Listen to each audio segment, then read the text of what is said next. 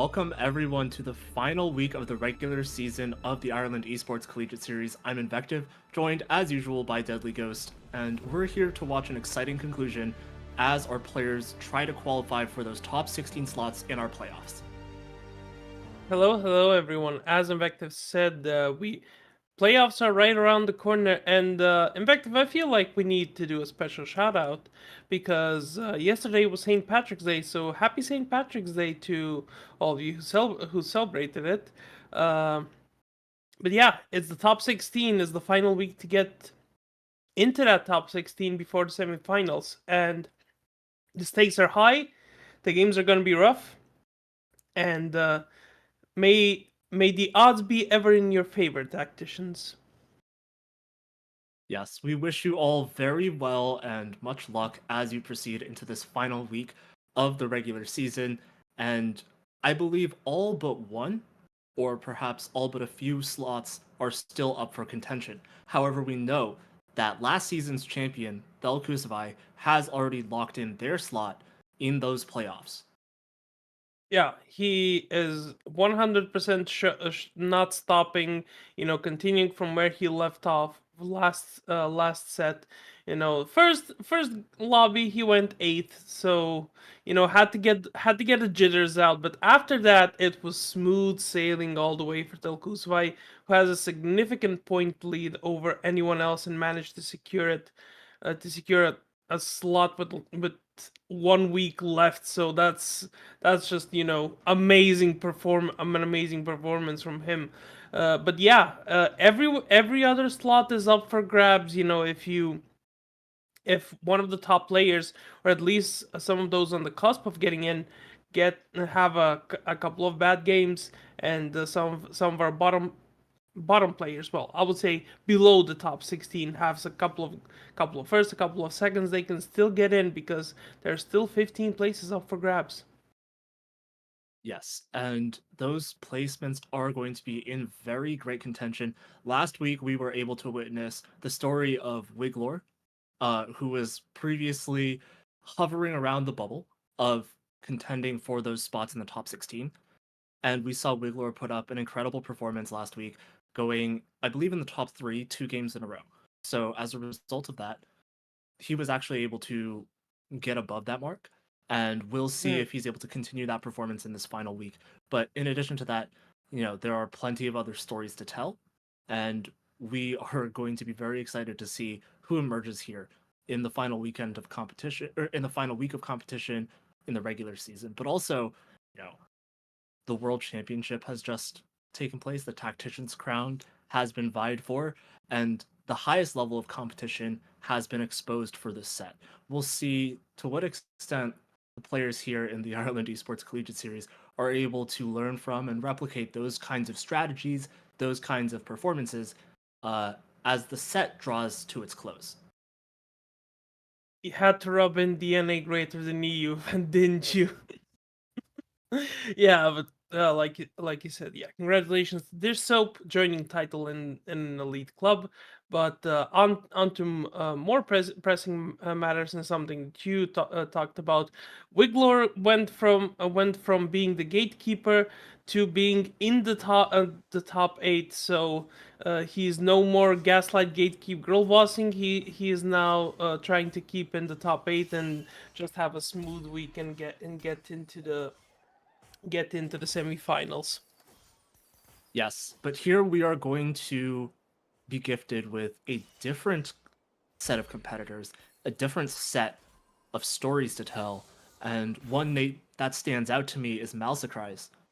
Currently, I believe Malsacry is the second place competitor in our standings, Yes. and they're going to be looking to solidify that spot in this final week.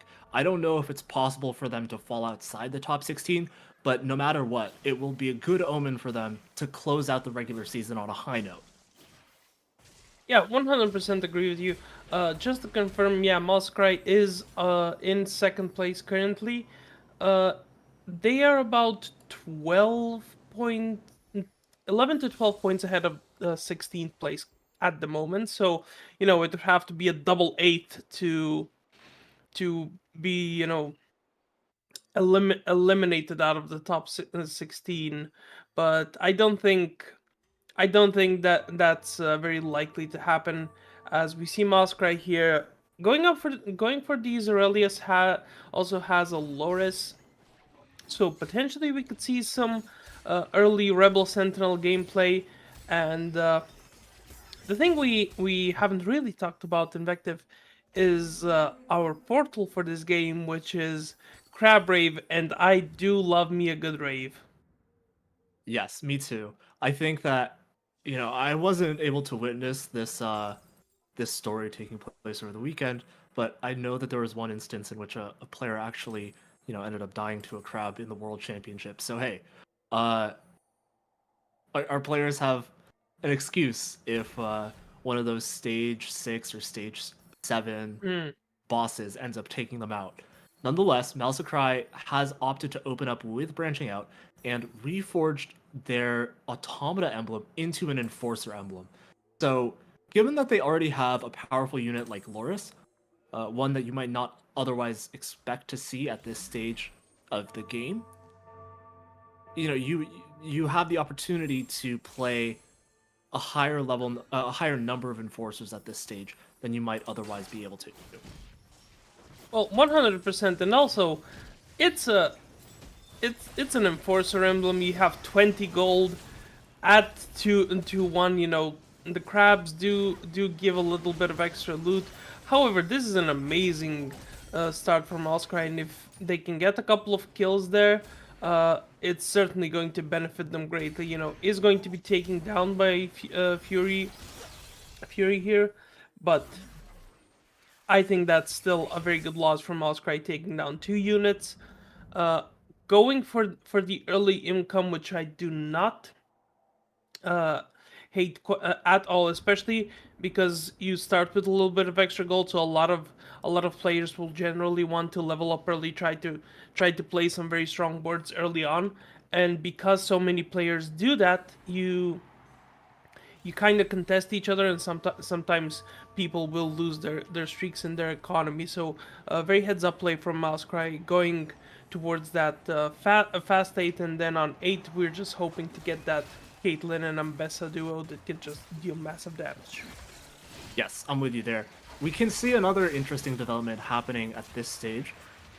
Parsival has found a very early set of Chem Baron units, with both Rennie and Smeech playing a role on this board.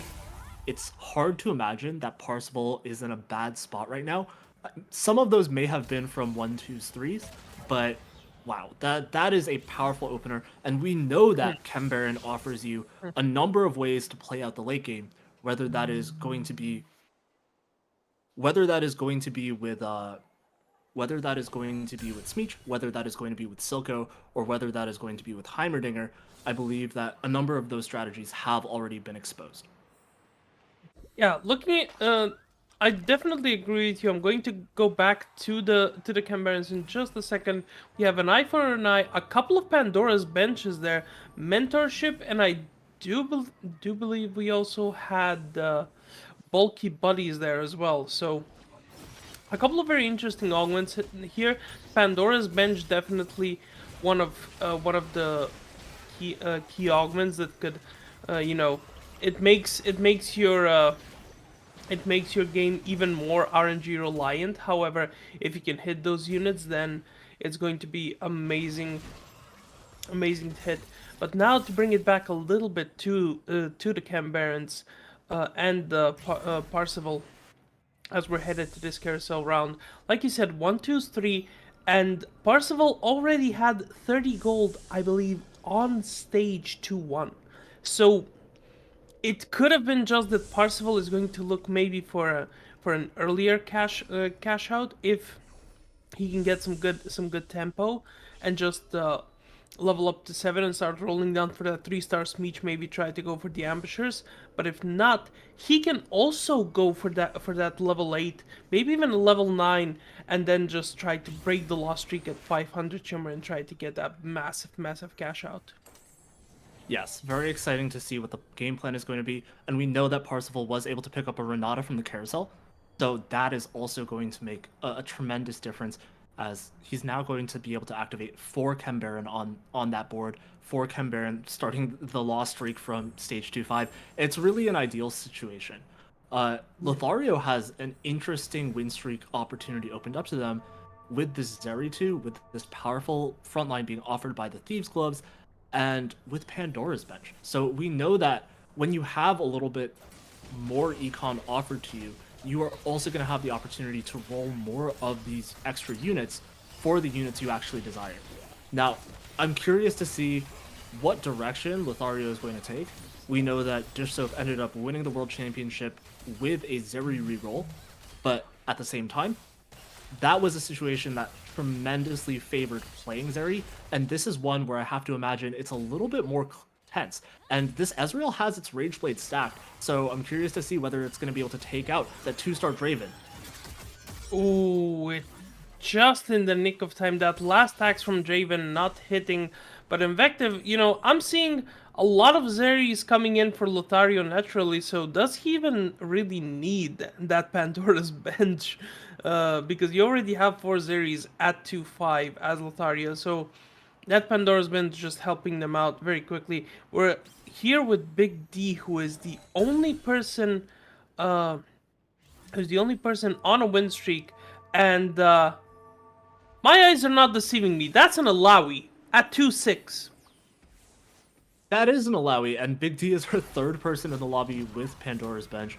This spot seems very, very strong, and Morgana is going to do quite a great deal against the shielding that these Enforcer units are relying on for their durability, but yeah, the Sentinels are falling at a certain pace as well, but the Gunblade has kept healing up those Sentinels, and Alawi has not yet fallen. So I have to imagine that Big D is going to secure their 5 streak here.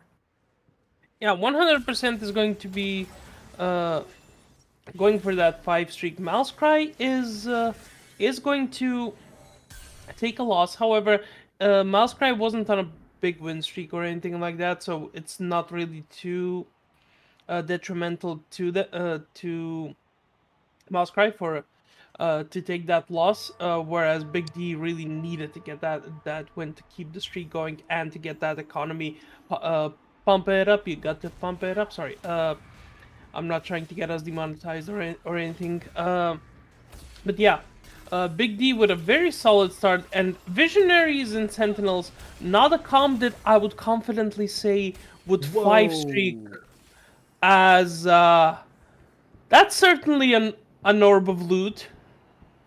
Yeah, and Big D is going to make the decision to hold on to Corki while rolling Echo, and this is very interesting. A second Corki has hit the towers. There are 3 scrap units in the shop. Why do we need Pandora's bench for? Oh, this is Do an we even intriguing need position. I think Big D is not going to be incentivized to play around vertical scrap, but I can imagine Big D playing around Corki and the sort of Sentinel Academy line that has been popular over the course of the set. And the items that Big D's been dropped are certainly very favorable. A Sunfire is exactly what you are going to need in order to leverage all the power of this front line at this stage of the game. I mean, yeah, the 4 Sentinels, they're doing amazing work, like you said. This Corki is just dealing copious amounts of damage, and with good reason, because who really expects to have an itemized Corki at 3-1, let alone a Corki and the second one waiting on the bench as we're getting gold augments for our second round of augments, and something like Clockwork Accelerator could be really, really good here. But we are going to go for Pandora's items. So Pandora's bench, Pandora's items. Are we hitting the RNG trifecta if we get a prismatic augment? I don't know. That's a really intriguing decision. I think that if Big D wanted to try to maximize the value of the sort of scrap line that they might have been offered, it could have been an opportunity to play for Trait Tracker. But I can't imagine that Big D wants to sacrifice their win streak and try to find a way to use both a Gunblade and a blue buff. So I can agree with the decision to take Pandora's items to the extent that we are already currently forcing a Heimer carry situation. Yeah, 100% agree with you there.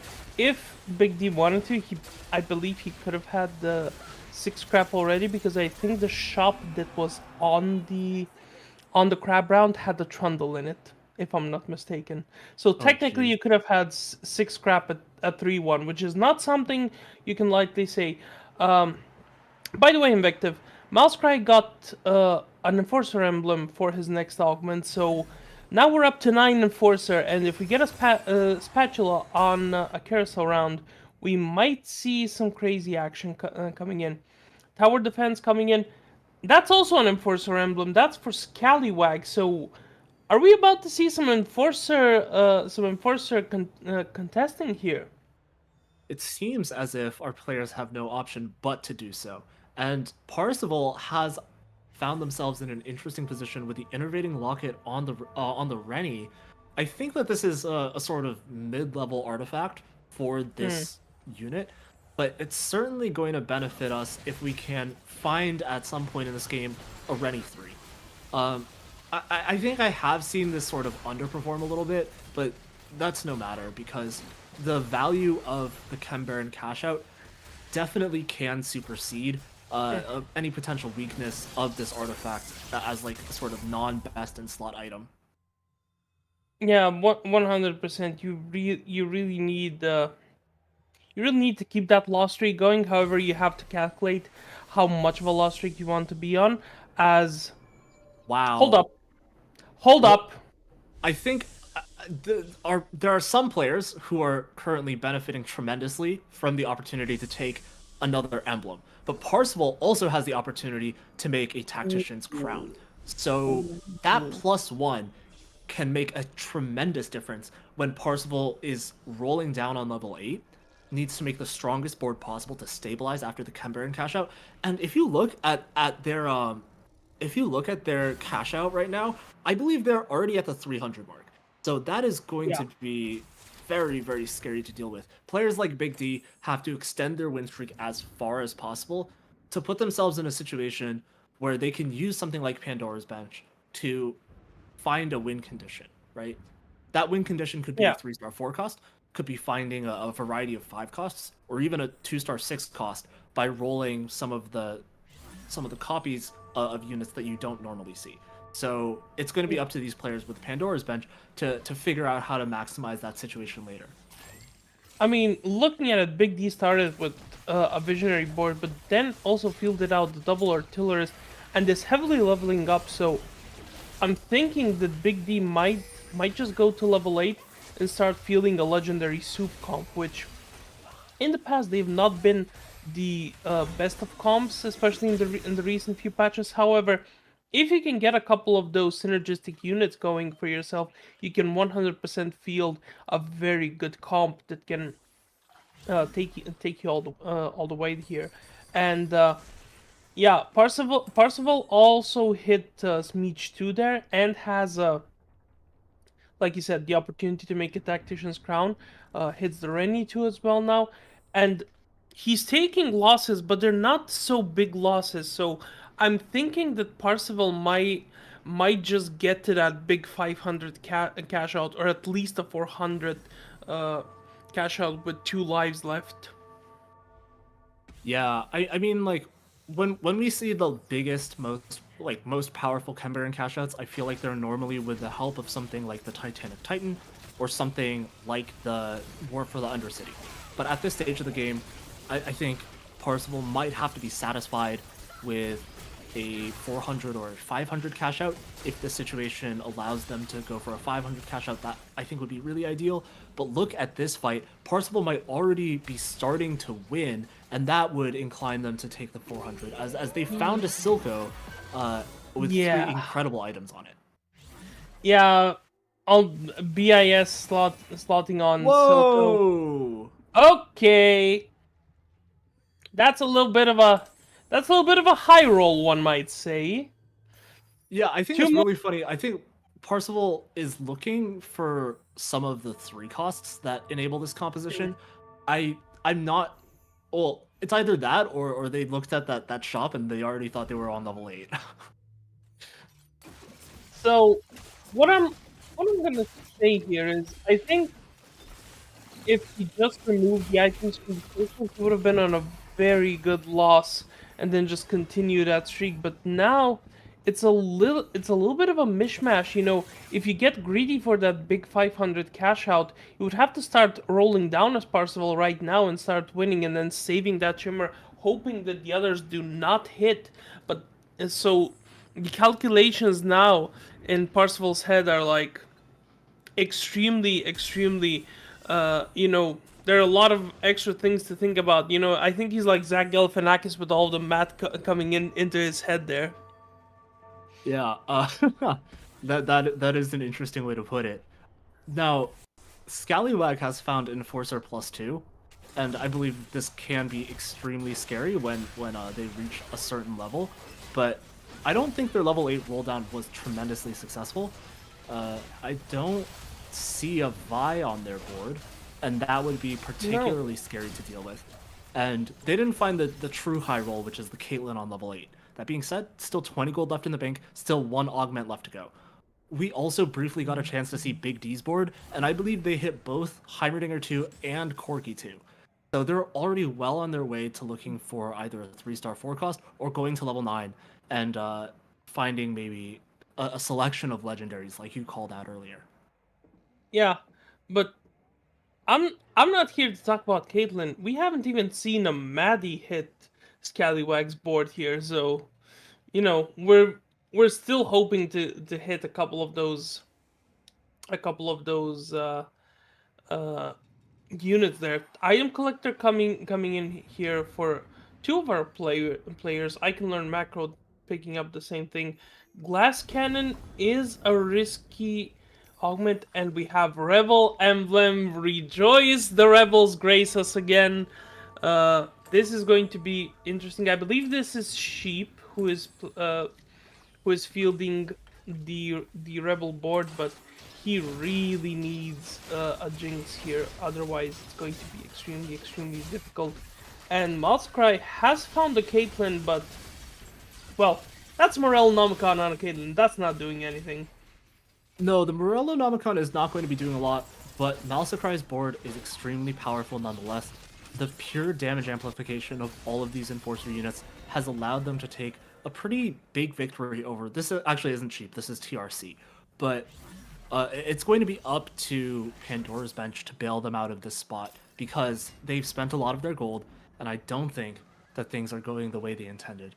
Now, here's an interesting position. This is going to be one of those sorcerer emissary boards that we've seen come into popularity, but I feel like Fury RF is just a step behind the times and doesn't have all the power that they need in order to stabilize this sorcerer position. That being said, Parzival, oh my gosh, has gone for greed, is going for the 500 cash out Oh my by god. finding the unlikely duo. This is a big risk to take. I mean, does he go for the loss streak, or does he go for the 3 wins? Because at 6, I believe it's 25 shimmer. If we can get that information from our observer, but I think it's 25 shimmer for a victory. Well, we'll see it right now, as Parzival is very likely to win this round. Yeah, 25. So you're hoping you survive for at least 2 more rounds, and at least, well, they would need to be very low losses to be able to survive this round. But look at that, a Jinx and the Savika on the carousel here. So Parzival basically has his pick of the litter. Yes, Parzival is going to be going for the Savika, and I'm not sure if there's already a pair on his bench, but that is going to, if you find the Savika 2, you're almost going to be guaranteed to reach the 500 cash out, and when you reach the 500 cash out, then you're probably going to receive an item of value. Well, then why is there a Malzahar 2 on this board, man? So I believe Big D has committed to the tactic of just hit. It seems to be working wonderfully for them right now. Other players in the lobby are also managing to employ this tactic, because Lothario has found Twitch 2 at this juncture and is rolling for additional forecasts to buff up, or either to star up or to eventually find, extra copies of things like the Twitch. I mean, I I'm not an expert on this board, but I think a Rage Blade on this Kog'Maw might help out this board just a little bit because you have it on your bench, but maybe you're waiting for something else as Lotario, who is going to take a very heavy loss to Mousecry, who has that Loris 3, so on the roll down, Mousecry managed to find a Caitlyn and the Loris 3, which is amazing because Enforcers don't have that heavy of a front line. So getting that Loris 3 is highly beneficial for Mousecry's board. Yeah, I agree. This Brutal Claws, I think, is going to be a completely acceptable augment in this spot. Um, I want to say that this front line is not going to be sufficient for Lothario in the long term, because normally we see that the standard version of this board is going to be a 4 Watcher frontline, and as constructed, I don't think that this sort of mixed Sentinel Form Swapper frontline is going to be doing enough, especially when you consider the power of boards like this one. Parzival has found Silco 2, has upgraded a variety of frontliners, and is very close to finding Rennie 3 and the 500 cash out. Yeah, 100% with you there. And Parzival won the round before, so it doesn't even matter if he takes if he takes a big loss here. He's still going to survive and get to that big cash out. Someone who is not going to survive if he loses is Fury, who is on that 6 Sorcerer 4 Emissary board, but going up against Mousecry, who I believe is, well, he is one of the top 2 boards in the game right now, up there with Big D. And, well, these sorcerers, while they have a lot of damage, they're not tanky at all. And Caitlyn just dropped some bombs on them, and that was it. Yeah, my heart certainly goes out to Fury RF, who I think just found themselves in a genuinely disturbing lobby. Parzival's going to take one more loss before the cash out at the hands of Scallywag, our other Enforcer player. Scallywag has been able to find a Vi, and Vi was the one who closed out that fight with the Bulwark Anomaly. But this is just a scary lobby to play in. So many players have +1 or +2 to the vertical that they're playing in, and when you consider the bottom of the lobby, players like Parzival are starting to upgrade their units, are starting to make their boards a lot more intimidating. I think Parzival has received one of the more interesting cash outs, by the way, if we are able to have a look, because I just saw a Renata and a Singed 3 come through from the board. Yeah, so the Bulwark Anomaly there is really powerful for the Vi, but it's a Vi 1 as well. So yeah, maybe we'll get to see there if our wonderful observer Heltek can hover over to Parzival. I think we do have. So yeah, this is a big cash out. We have a couple of legendaries here as well, and Parzival is rolling down, trying to find the Savika 2 and the Rennie 3 at the same time, as well as the Elise 2. So there are a couple of, there are a couple of units waiting to be hit, but the item that Silco has there also deals periodic damage, and I believe stuns units as well. But still, I don't think it's enough. It's enough for Mousecry to survive there, because that Silco 2 is just mowing down everything. Yeah, Silco's playing a huge role on this board, but you also have to look at the Singe, the value of the dramatic entrance, allowing the backliners to scale, allowing all of that DPS to come through. But the way that fight went, it was really very close. I'm concerned for Parzival. As Parzival hits the Rennie 3, things are going to look up from that spot. Now the question is, can you go up against someone like Big D, and can you delay them long enough, put enough pressure on them to force them not to go exclusively for these incredible win conditions, to find things like the Heimerdinger 3 or the Corky 3, let alone maybe a 3-star 5 cost. Well, I mean, the biggest test is right now, since they're going up against each other, and that Jinx Rocket is massive with that Silco damage. So Big D is taking his first loss here in this game. but still, he has such a huge health lead. You know, he's at 85, while Scallywag in second place is only at 37. So that's close to a 50 HP lead, and so many of our players here are at 1 or 2 lives here that I can't imagine someone like Big D would not go at least top 2 or top 3. Yeah, Big D is really in a commanding position, found basically all of their board ahead of tempo, and the way that things worked out, even though they didn't take augments that are the most powerful combat augments in the game, they took augments that allowed them to keep playing their spot, and I think that made a lot of sense. Now, here's the Reign of Terror, right? Because Parsifal's going up against a player like I Can Learn Macro, and I Can Learn Macro doesn't really have one of the more commanding spots in the lobby. They've simply been trying to hold on, and I don't think they're going to be able to hold on any longer because this Chem Baron cash out is coming for them. Seraphine is going to sing the Song of Demise, and that might be a 7th place finish for I Can Learn Macro. Really heartbreaking. Oof, TRC getting eliminated in 6th as well. The rebels, they're down. But what I see here is a Jinx too, if he can get this Jinx, which he does get. So Parzival is going to have a Jinx too, on top of having a Silco 2 with a Chem Baron item and the massive frontline that he has. So this board is just evolving and evolving and evolving and evolving. And I mean, I know Pokemon only has 2 evolutions, but is this board just Pokemon 2.0 or something? Yeah, very interesting. I think there are a lot of evolved units on this board. This is one of the scarier teams that you might run into. But we've seen Kemba and Cashouts do some pretty disturbing things. We've seen them take down 3-star forecasts like a 3-star Garen. But is this board one of those boards, right?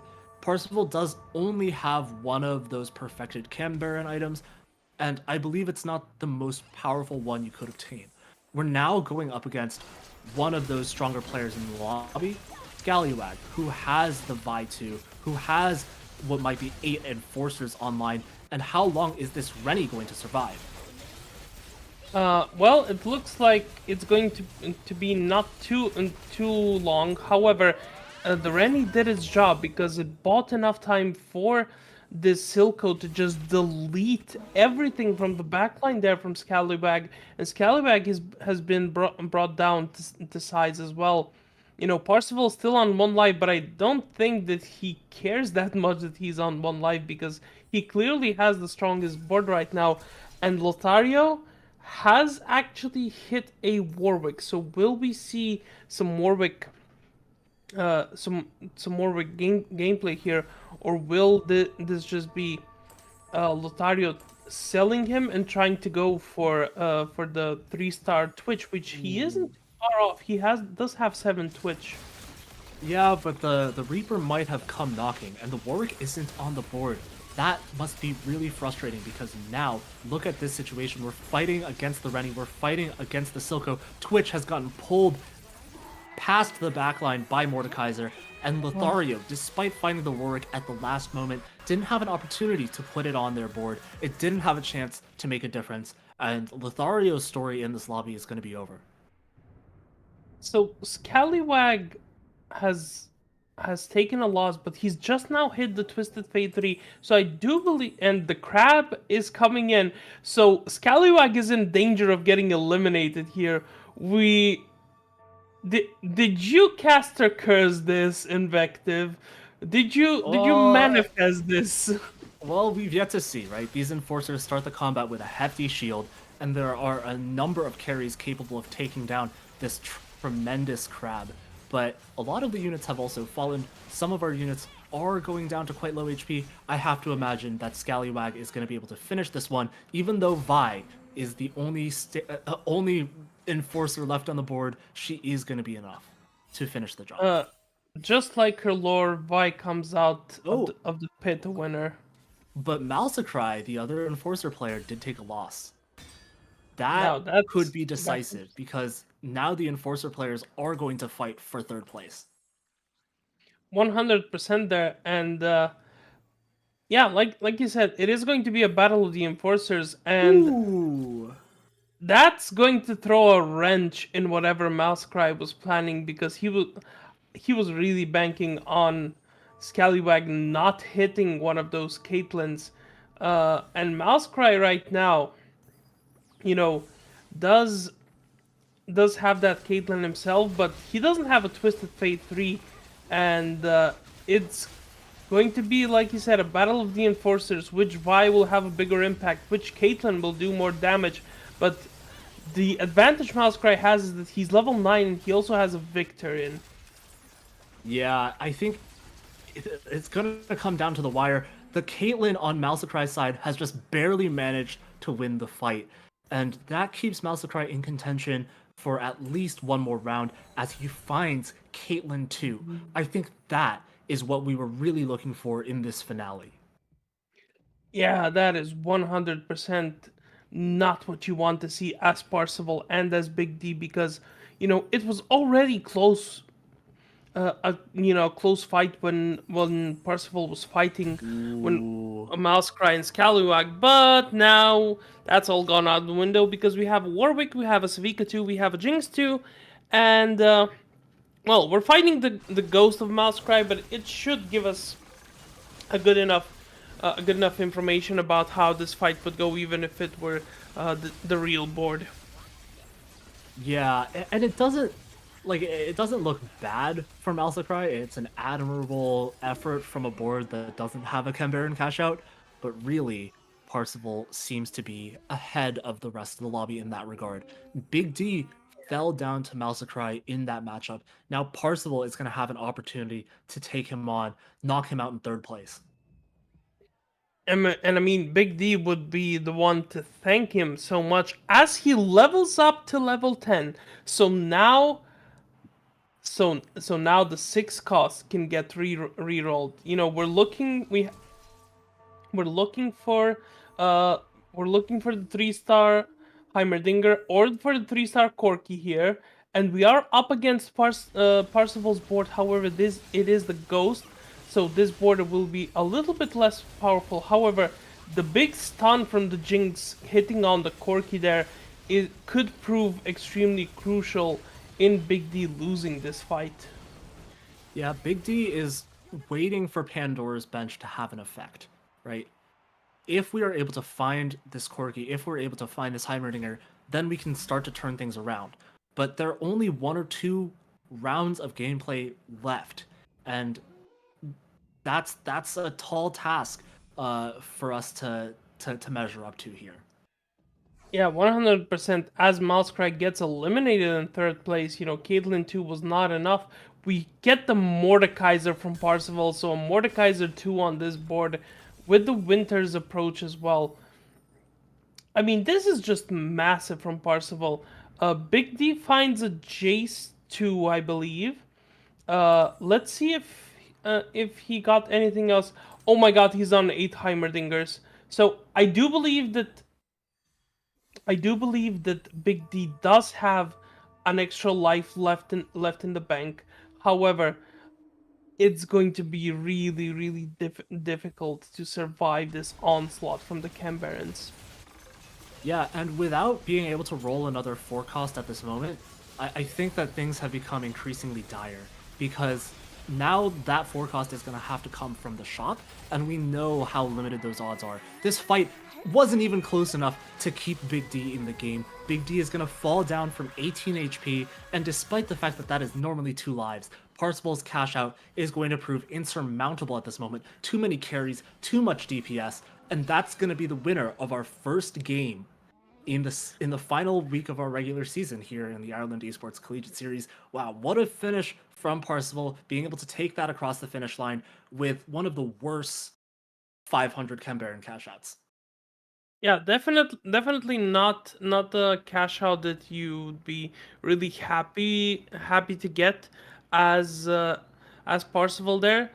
However, he manages to adapt to his situation very in a you know I believe he played it almost closely to how the pros would play it. So yeah, Nab's in that first place, and he really, really needed to get that first place because he was on the cusp of being, he was only 1 point above what is 16th place at the start of of today's game. So this first is going to at least catapult him a little bit forwards. Still not out of the water mathematically, if I'm not mistaken, but this is certainly a very good start to the final week for Parzival here, who is looking to secure that top 16 slot.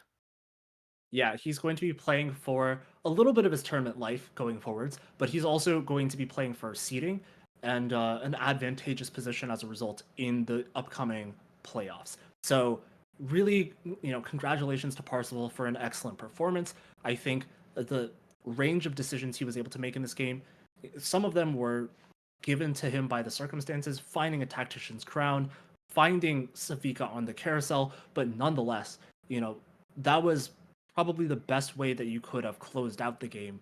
And the only thing that I sort of have reservations with is I feel like Big D had a greater opportunity to bring it home if they recognized that the win condition really lied in finding one of those 3-star forecasts.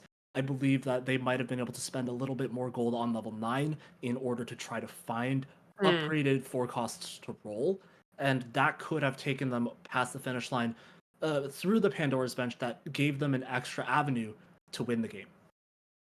Yeah, 100% agree with you there. I think Big D may have gotten a little bit complacent there at the end. With that level up to level 10, because you already get a very good amount of forecasts at level 9. I think it's like 25 or 27%, something like that. Don't take my word for it, but yeah, it's still a fairly high amount, and that 80 gold you would use to level up to 10 could certainly be used much better for the roll downs, like you said. But all that's left is for us to wish Big D luck in his game number 2, and maybe he can eke out the first there. We are going to be throwing it to a quick break. However, before we go, we have to give a quick shout out our amazing sponsors, Dogpatch Labs, Coconoodle, Stack, GG Machines, Play8, and Logitech. Don't go too far, we'll be right back with game number 2.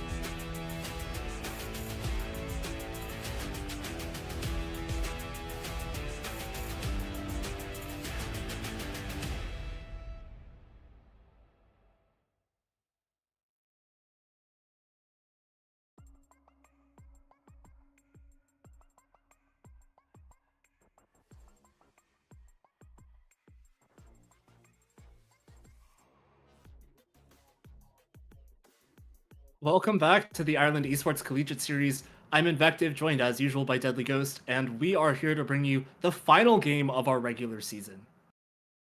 Yeah, that's correct. We have some more people locked in here. I believe we have 7 locked in after that last game. So we have 9 slots up for grabs, and we have twice as many players, if I'm not mistaken, vying to get those 9 slots. So Invective, it's high stakes. Will we go for high risk, high reward, or will we go for a low risk, low reward, or will our players be trying to look for something completely different and pulling out the hidden tactics to try and get in? Yeah, it is the end of the set. It is an entire 3 months to 4 months worth of experience that these players have gotten under their belt in set 13. And I'll be excited to see if any of them pulls out like the sort of secret technology, the dark Chinese information for this final game of the regular season. But we'll see how it all plays out. What is the portal that we it's Ambessa. A- It's the trainer golems. That's an interesting way to close out the regular season. As we're seeing Body Shot Ben, who is here to give us all of the chaos. Ambessa has decided to grace us for the last game. We have a Bruiser emblem. English is hard. A Conqueror emblem and an Automata emblem there. Enforcer Quick Striker family. So that's an Enforcer game if I've ever seen one. We have That's Sentinel for sure. Artiller's family. Oh wow, Yeah, this could these be a good. are. Ooh, this one is a particularly interesting one. I think if there's a Tristana in the next few shops, then that player might just have found what they want to go for. But as it is, I feel like a lot of our players haven't received openers that correlate super strongly with their dummies, and it's always interesting to see, how are we going to navigate the spot that wait. I'm going to stop you right there because I Make Her Moo has gotten the perfect combination of emblems. Oh, geez. Yeah, this is very intimidating to go up against. But look, there are a lot of players who have received family as part of their trio of emblems, and that means that the line might be unreasonably contested. You know, it's not always the case. Oh, Starry Oh, Nights being offered in the shop as well. uh, my! This is chaos squared here in Vective. So many family emblems. I believe we're having a reunion or something because I mean 4 players already have family emblems there. Some of them have gone like even deeper into family. Starry Night is picked here for Crimson Chaos.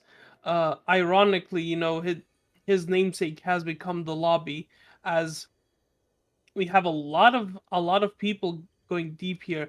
Epoch coming in, and this is a very strong visionary board as well. Visionary and sorcerer coming in, as well as the Black Rose. So, Crazy has his options open. Will he go for the sorcerer Black Rose, or will he go for the 6 visionaries there? I think that this is a really interesting spot to find Crazy in, because if you look at the items on the left, those are not the items you want to see when your dummy is basically telling you play AP or else. I think that Crazy is going to have a lot of work ahead of them to turn this spot into a spot that becomes playable, but I believe he's up to the task. Well, I'm not saying Crazy wants Pandora's, but Crazy really wants Pandora's here, just to reforge some of those items into a couple of more, let's say, beneficial items for an AP comp, because it's not a bad spot with the items. You can still get a couple of magic items here. Body Shot Ben going for a mishmash with the category 5. Ooh, ooh, shop glitch. So I This is basically intriguing stuff. yeah, shop glitch. I have a tendency to call it uh thing a limited version of Think Fast. Yeah. I mean, Think Fast might be coming back in the next set, with some of the Yeah. sort of glitched out augment rounds. But no, this is going to be very interesting because I think that with the jeweled gauntlet slammed, I don't know if it's going to be the best idea to play for artillerists, but that is sort of the direction our dummy is pointing us in. And that makes me wonder, are we going to end up playing for only one of these emblems where Powder's sort of holding these AP items for now. Maybe we get family online in the mid game, but because of the number of family players that we think are in this lobby, are we ultimately going to see just a pivot into like a Sentinel Visionary board later on? It could be the case. We could just also see the scrap line because you had a couple of scrap units there happening for I believe that's TRC. So TRC also has a couple of scrap units here, and it could just be that one of those scrap comps makes an appearance, which we're missing actually in the last game. We didn't really see anyone go for a scrap board. However, uh, TRC is going up against a board that has a Maddie and a Loris already with high voltage. So that spark is shocking him just a little bit extra there, and getting that win over him. Yeah, no, this carousel, I feel like, we haven't seen anything particularly disturbing come out just yet, but some of these three costs are looking really appealing. One thing that I might want to point out is that Crazy was able to pick up a rod. Since the start of the stage, they've been taking a few tough losses, but those losses might be necessary in order to get the itemization that you need to turn a what was it? A sword, a bow, and a glove into items that you Yeah. can use in the line that you've been offered here. I mean, all you need is like a tier and a rod, and then you have a Shojin and a jeweled gauntlet. So, um, it's not the end of the world for Crazy, especially because it's not even past the golems round. So I think while Crazy uh does have a little bit of a little bit of a sticky situation on his hands right now. I don't think it's going to remain that way, especially because he already has some Black Rose units online. He already has the jeweled gauntlet, and yeah, I think this is the makings of a very good board for Crazy. I think he just wants to get to 50 gold and then start getting that epoch value come next stage. Yeah, I agree. I think Pokesaft is in an interesting position. Maybe this is a situation where we want to play around Twisted Fate. I've heard some discussion about Twisted Fate as a primary carry recently. I think that Pokesept is really going to want to find some of those raw AP and mana items. Something like a Shojin and a Rabadon's, I think, has been what makes Twisted Fate as a primary carry really successful, as opposed to the sort of duo carry that you would field with a ranged Nocturne or with an Akali. That is the build that we might be leaning towards, and we'll see if Pokesept is able to build up the sort of economic advantage and health advantage that you need to roll like a pure three cost reroll composition. Yeah, 100% there. But what I do want to point out is that uh,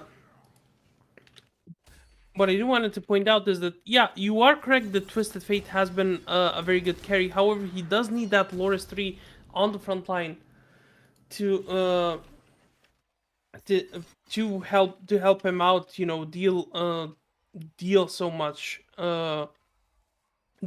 damage, and we are headed that way, perhaps. However, the big problem that we have there is that we don't really have a Twisted Fate right now, and you don't really have the items, so you're kind of relying on these golems to get you those rods and those tiers required. So, uh, pray to more dog, 100% here.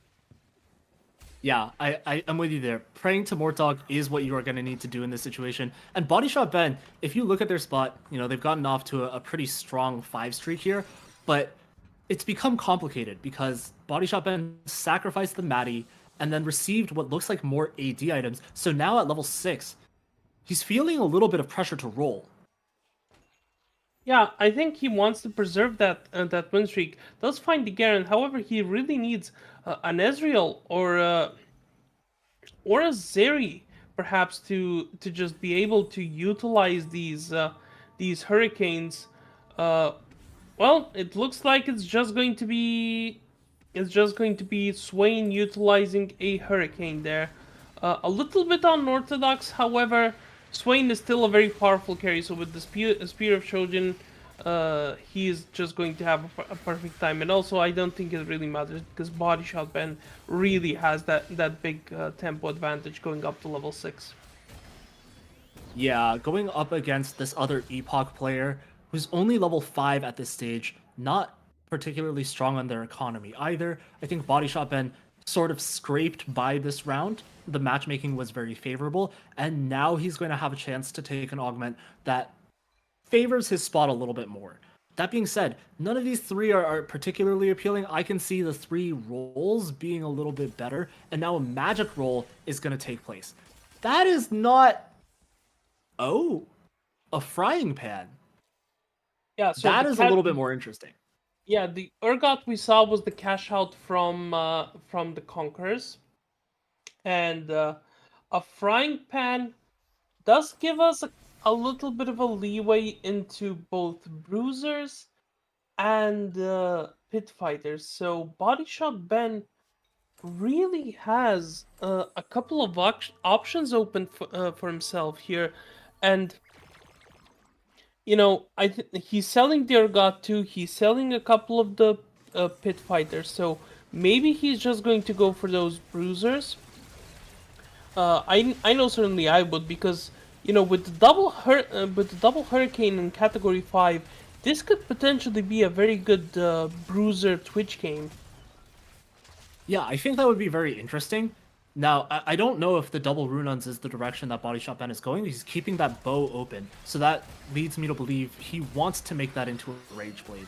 And yeah, a double Bruiser emblem could be really impactful if you get a Bruiser emblem on someone like Warwick or someone like Dr. Mundo, and you get that 6 Bruiser frontline online. That is very, very intimidating. But at the same time, that would be the only emblem we get to work with, right? The other emblems might just have to be a means to an end, because Conqueror is doing a lot of good things right now, but these items are not Conqueror items. No, and you really want to get Conqueror plus, I believe it's Conqueror plus 3 to get to that 9 Conqueror, and while other people in your lobby are already fielding a couple of Conquerors, I think it's the smarter decision to just pivot out of Conquerors once you get to that 100. Once you get the 100 and cash out and start getting some of your other units here. But Crimson Chaos has been slowly but surely ramping up this family board. Has the 4 family online, has the triple conqueror thanks to the golem, and it's doing wonders for him. Forward thinking. Now this is an interesting one. Yeah, this is very, very interesting. We've seen forward thinking being played, I believe it was by Jetasaur this weekend. Jetasaur was able to turn that into a position where he's definitely able to contend for first place. Found an incredible Sentinel board that worked along with Share Your Energy. I believe that's the name of the anomaly. And then it almost came through for him. But forward thinking is a very risky augment. It's hard to say exactly when it's the best time to take it, but well, it's scary. I'll say that much. It's scary. It's high risk, and it troubles me, but I want to see what comes out of it as well. Well, I mean, it is. We did say it does have to be high risk, high reward. However, you're going to be getting 111 gold there. Sliman coming in for TRC. Void Collar for Crazy, basically locking him into that visionary board. But he already has, at level 7, 6 Visionary, and 4 Black Rose. And this board, once leveled up to 8, can get that 5th Black Rose unit, and you can always go for that Mazahar and that Heimerdinger to make your 6 Visionaries be as powerful as they can get. I agree with you. I think my concerns with Crazy's spot are a few, right? I think that you really need to see good items coming from the wolves so that you can set up the duo carries that you're currently itemizing. Right now you have 2 jeweled gauntlets, but 4 open components, and if those 4 open components become too powerful backline carries, then this visionary spot is going to be really difficult to deal with for a lot of other players in the lobby. On the other hand, if you get dropped a handful of frontline components, then you're going to be put in a much more difficult situation where your backline items are almost guaranteed to be split up, and your frontline items are also sort of split up. So that has introduced a little bit of a conundrum where Crazy's fate does, in part, rely on a set of random drops. Well, seems like Crazy would likely benefit there from Pandora's items. Looking at it here, we have the Crimson Pact, which has come in. However, that Vladimir is still a level 1 Vladimir, so not doing too much damage amp or damage overall. However, this Vladimir is still ramping, and even with that spark dealing so much to him, it was still a very close fight, but does manage to take a win. The high voltage definitely being detrimental to that Vladimir. Yeah. Now we have an opportunity to look at one of our family players. Moo has ended up in a really dominant spot at this juncture of the game.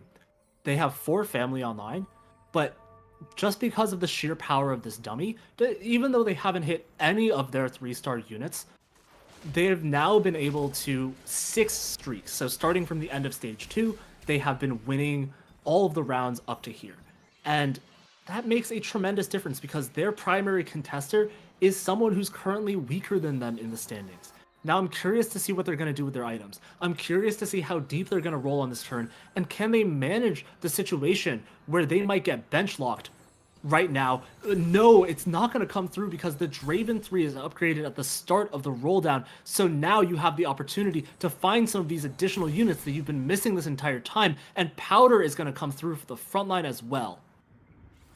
Powder coming in, you have 6 Violets, you have 7. Ooh, that's a very good reroll. You have 7 Vanders there, who is going to, and now the reroll is giving him the Rage Blade there for the Draven 3. Doesn't get shop locked, doesn't get bench locked. You still have 30 gold here left as I make a move with the next augment coming in, and we're seeing there takes a very commanding victory over Body Shot Ben despite being only level 5. And the last round of augments is Prismatic. Whoa. And Invective.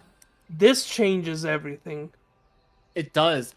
Moo is going to forego Max Cap. I think Max Cap could have been a great play if you wanted to play for a top 3 position here, but things are a little bit spicier than that because I think Moo is reading that this spot is one you can take great advantage of. And 40 chaos, and now Moo is rolling against their contester for the final Violet, for the final Vander. That was amazing. That's an amazing 2 Dariuses, 3 Dariuses, 1 Violet remaining. Everything has been upgraded on this board. Everything is upgraded, and you still have 10 rerolls to boot. I feel like Moo is just going to level up to like 7, 8, and just try to use those rerolls then to field in a couple of strong units. Is going up against Crazy, who does have that amazing visionary board with the Void Collar, but even the Malzahar, as I'm eating my words, the Malzahar 1 and the Heimerdinger 1 are enough to take out this family board here. Yeah. On Oof. the other hand, the Call to Chaos for Crimson Chaos has Oof. proven really detrimental. The bench lock has been a tremendous disservice at this point, and now you're rolling on level 7 for units that you should have found when you were level 5. The Call to Chaos pointed us in the wrong direction. Yeah, Call to Chaos basically, uh, well, I'm just gonna flat out say it, giving us the finger a little bit there for Crimson Chaos with that massive experience. I think I think probably the worst one you can get there. Going up against Body Shot Ben, who has anger issues, and that Mordekaiser is looking very scary with the triple Rage Blade, while also getting an amazing amount of resistances. But I feel like it's a little bit counterproductive with the category 5 because you're basically down an augment. Yeah, it's a little bit frustrating. Of course, that Runaan's Hurricane did end up being turned into one of those Rage Blades, but it's not a complete loss, but it is a significant loss. And I think that, yeah, I don't know if Body Shot Ben is going to be able to find the Twitch board on this stage either, but maybe next stage, he'll have accumulated enough gold to pivot the board into the sort of Dominator Twitch board that we've seen at various points in this set. Now, we can also see that Crazy is on a win streak. The combination of synergies and units that he has been able to hit, the Malzahar early on in this stage has started to make a difference. It has allowed him to be able to take down I Make Her Moo, stopping that win streak, and now he has emerged as potentially the most powerful force in the lobby, as he is going to level 10 and has +2 to Black Rose. Yeah, Bluster to Black Rose. That emblem should probably be going on the Rel, seeing as the Rel is a 2-star. But maybe we're just going to get an upgrade on that Nunu, and 5 Black Rose there, 6 Visionaries. This Malzahar is well, he's basically becoming a raid boss. And look at that. There's so much frontline here for Crazy that the Voidlings that are getting spawned can't even get to these units. And it doesn't matter that this Vladimir is a 3-star. He can't get through all of these Voidlings that are being spawned. I feel like I'm playing AR Earth as against the Malzahar who's just spawning Voidlings on me. Yeah, really frustrating to deal with. Over here, I believe this is TRC. Freestyling on this Corgi is going to make a big difference with 6 of these traits being activated, but one thing that we are currently lacking is 6 scrap. I think that TRC is going to need to find that Ziggs very quickly, or otherwise this spot is going to look dire. Might as well go for the ultimate hero for I Maker Moo. So basically putting all of our faith in the 4-star Violet carrying us through the round. Fortified is also an amazing augment, especially because of how much health the Visionaries gain themselves. And Hive Mind. That's an amazing one to get as the Malzahar. Yeah, this is looking to be a very spicy endgame as Body Shot Ben had to anomalize the gangplank. So now we're going to be stuck in this conqueror position where I think Body Shot Ben might have wanted anomaly for the Mordekaiser, but was stuck in this sort of awkward position where he thinks Yeah. to himself, I sort of need to play around one of these Conqueror carries, but Mordekaiser's not leveled up. Swain is my frontliner, and I also need to get to level 9 to maximize the odds of finding the Mordekaiser. So Anomaly is not going to be the end game for that board, but it's a means to an end to find that Mordekaiser too. As Crimson Chaos has found some of those 3-stars that he was looking for, but not all of them. The Darius, the Draven still unupgraded, and in this Family Mirror matchup, despite being level 8, all of those 1-stars are going to be making quite a difference. And whether that is going to be, I forget the name of this augment. Is it Superstars or is it One for All? So The Which first one are you augment, looking the for? first augment of I Make Her Moo. Oh, it's Oh, cloning that's the cloning facility. facility. Oh, okay, Yeah, okay, okay.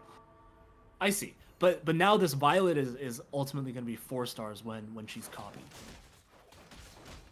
yeah, she's going to be, she's going to be 4 stars. She's going to get a copy of that 4 star unit, and I Make Her Moo is just making banks, slowly leveling up to, uh, well, it looks like level 7 is coming very quickly there, as well as a couple of items. Ooh, the Gunblade on the Draven and the Titans on the Violet. That's amazing to have right here. And looking at it there, if you get a couple of pit fighters as well for that Violet, who's going to be a 4 star, you can get the 6 pit fighter and have this Violet be just incredibly, incredibly powerful. Yeah, I think that, you know, when you look at these items that ended up being placed on Violet and Draven, this is a situation where you have to consider item economy more so than anything else. You might have been able to make one best in slot item for these units, but it might come at the cost of not being able to itemize the other one with a even decent third item. So I admire the decision of iMaker here, to sort of split up those items in that way, and then maybe you'll get something that's better for one of those units in an upcoming carousel. Now we are going to take another loss, but there is definitely at least one more act in the play for I Make Her Move, because we have 60 gold saved up. We are at least going to get to level 8, and we have 10 free rolls as well. That could allow us to find 6 pit fighters. It could allow us to find a 6 cost to put on this board. So many options are available to us as I Make Her Move starts to spend these free rerolls. Which of those options is it going to be? Can we find something valuable to play at this juncture? Yeah, we already see a Gangplank, so we're really missing a Vi or a Savika there for 6 pit fighter, and I think iMakerMu is going to find at least one of them, if not both of them, on this on these in these next few rounds once he starts re-rolling. And even if he doesn't, he still has the HP for it, as he's going to be eliminating. Is that Body Shot Ben? Uh, I believe Getting that's eliminated. TRC that's being eliminated Ah, right now. TRC. My apologies. So, Well, that's a 6 cost. ooh, yep. That's going to be bad news for everyone else in the lobby. And my apologies, I don't know the interaction with the cloning facility, but right now the Violet that's being copied is not, in fact, a 4-star Violet. I don't know if it can ever be a 4-star Violet, but we said goodbye to Warwick because right now we are in 6 pit fighter mode. 6 pit fighters. That means the healing is greater. The damage is a little bit extra. As we're looking here, is it Po Posey's Pokecept? TFT? Pokecept. Sorry. Yeah, that. Sorry, I missed that. My apologies. But yeah, one off of the Twisted Fate 3, two off of the Loris 3, and going up against Time Maker Mu here. This board is pairing up very very nicely. It's a very close fight. So if that Twisted Fate and if that Loris upgrade come in, then that means that this 8 Enforcer board is just going to start taking over and beating down on everyone. Yeah, and there are some compelling options here as well. A Quick Striker emblem could allow Pokecept to get up to 4 Quick Strikers. I think another compelling option could be to play 4 Quick Strikers right now, drop down to 6 Enforcers, and then play Mel on your board with one of those, with that Quick Striker emblem. Because that way, even if you are losing out a little bit to some of these other players in the lobby, when you compare your HP to someone like Crazy, you could end up beating them out.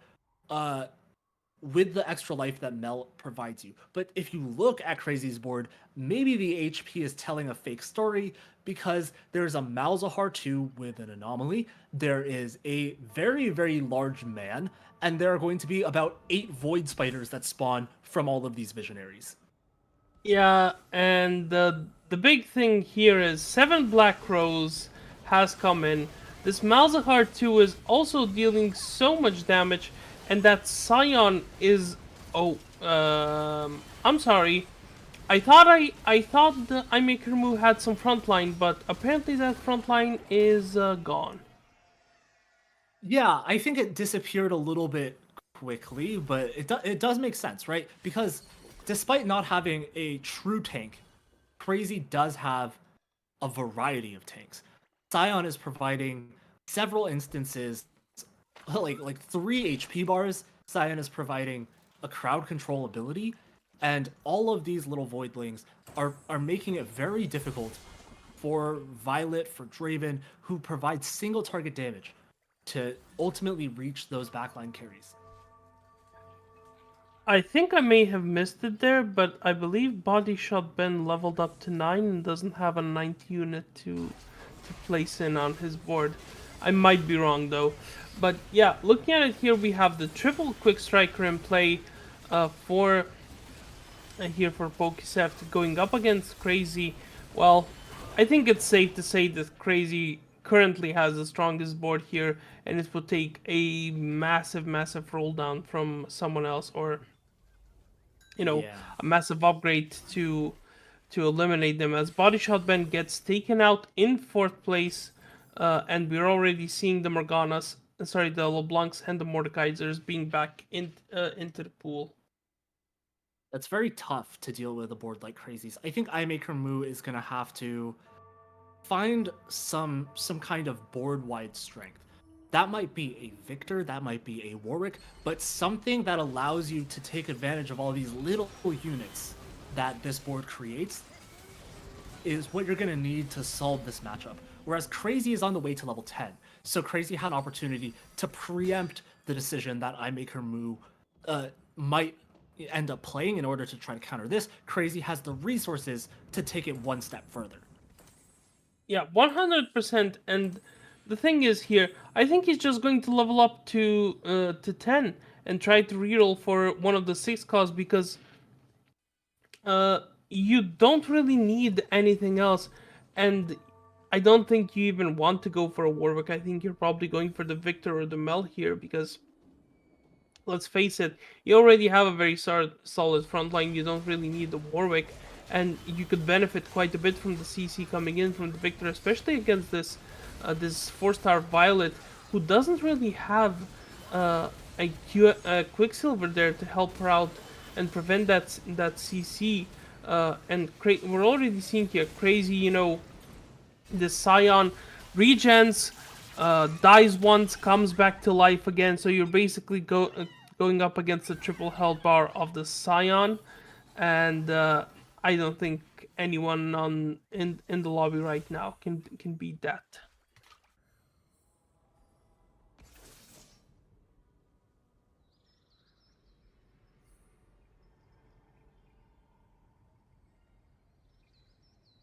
As I do believe we maybe have lost invective there. So continuing on here. Pokeseft is down on 1 life. I don't believe he has hit one of those many upgrades needed. However, I make her move, uh, trying to go up against this board from Crazy that Savika with the flamethrower is trying to do so much. However, the Scion goes back onto the Draven, takes out that Draven, and while that powder deals so much damage, Crazy still takes him out. Pokeseft is going to win out against the Ghost from Crazy, because now the Loris and the Twisted Fate 3 have come in. However, that is a Ghost, so that's about 80% power from this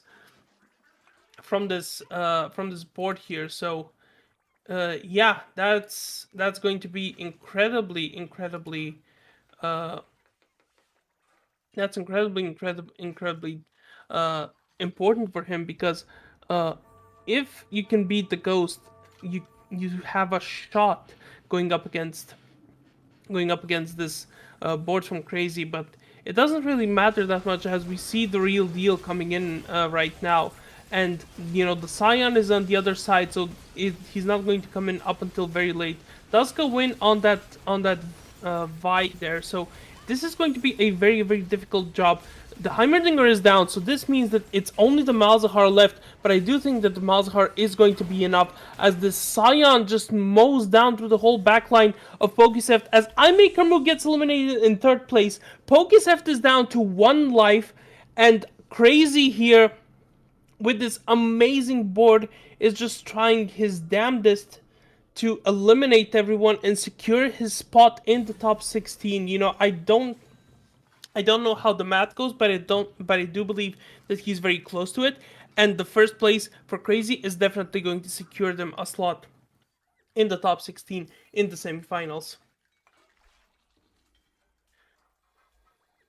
1 life left for Pokeseps here. If he can find that 2-star Ambessa, that 2-star Caitlyn, but he's not getting it. He has two items that are not really good on the Caitlyn, so maybe he should have reforged them as we're getting ready for the potentially final fight of the regular season here in the Ireland Collegiate Esports TFT spring season. The Twisted Fate is trying his damnedest to do so much that Vi is doing a lot of damage. However, this Malzahar and this Heimerdinger are just mowing down everything from this board from Pokesept. And Crazy is going to be taking the victory in this game number 2. Pokesept had a valiant effort. I don't think anyone could say that was a bad game from Pokesept. However, this board from Crazy was just so powerful, so strong here. And congratulations to Crazy for taking the victory. And I do believe that Crazy is securing his slot in the top 16. I will wait for confirmation for Invective as we do have from Heltic and Invective as Invective comes back in here. Did you see that last fight? I didn't. I don't know if I saw the last fight, but I was definitely able to see the fights that preceded it. Crazy did an amazing job closing out the game. 100%. It's very difficult to go up against 7 Black Crows board and come out on top. Pokesev definitely tried their damnedest, eking out the second place from iMakerMu, who got eliminated in third. But yeah, congratulations to Crazy, who I believe so final calculations are coming in, but Crazy was already in a fairly good spot, being a couple of points up from 16th. So with that victory, I believe that Crazy has secured his slot. But the final 16 will be revealed very shortly after some calculations. I don't know if we have enough time to show them on stream. I believe we are just waiting on confirmation from our admin and producer Heltic to get the final results and give us the final the final boards. But with this game number 2 ending, I believe all of the games are done, and that means that the regular season has ended for us, Invective. Yeah, it was an incredible regular season to watch. I think the story of the resurgent Del Kusavai was a very fun one to follow. He sort of nerfed himself at the beginning with taking an 8th place, but ever since then, it has really been dominant, and I don't even know how well he did in this final week, but at this point, it doesn't matter. The show of dominance was between weeks 2 and week 5, and it was a show of dominance for sure. As for the rest of our players, I'm really glad that we had the opportunity to spectate players, and when the spotlight was on them, they performed. Players like Wiglor, players like Loxlot, players like Crazy. I know that before this game, Crazy was nervous about being on stream for the final lobby. He feared that it was sort of a repeat of the previous season, but he was able to exercise those demons and get a first in the final lobby of the regular season. That has got to be a confidence booster. 100%. Congratulations to Crazy there. And something that I wanted to point out. you were talking about Telkusvai. In this final week, he got a first and a third. So basically, a victory lap for Telkusvai. In game number one, he played the ambushers, and then game number two of this week, he played an emissary sorcerer comp. If I'm Yeah, so an emissary sorcerer comp in game number two, got a third with it. So one last hurrah from Telkusvai, who is going into playoffs as the big bully here. Yeah, I am excited to see if the playoffs do have, a lot to offer us. They are going to be played between set 13 and set 14. So, it is going to be the start of a new set when we get our finals. And those finals are going to be very, very exciting. I want to see if our old and new faces have the ability to adapt from the end of a tremendous set in set 13 to the start of what is hopefully a very good one in set 14. Yeah. So it is looking to be an incredible playoffs for us. I believe uh we do have a lot of fun in store for our top 16. So I believe we are still waiting on results from one of the lobbies. So if you want to know our top 16, keep an eye on the social media of the Ireland Esports Collegiate series, as we will be revealing the top 16 very very shortly on the social media. However, that is going to be it for us. I have been Deadly Ghost. With me has been Invective. I hope you've enjoyed this amazing regular season we've had, and congratulations to our top 16, who will be announced very shortly. However, before we go, we have to give out another big shout out to our sponsors: Dogpatch Labs, Coca Noodles, Stack, GG Machines, Play 8, and Logitech. And I hope you have a good rest of your evening, everyone.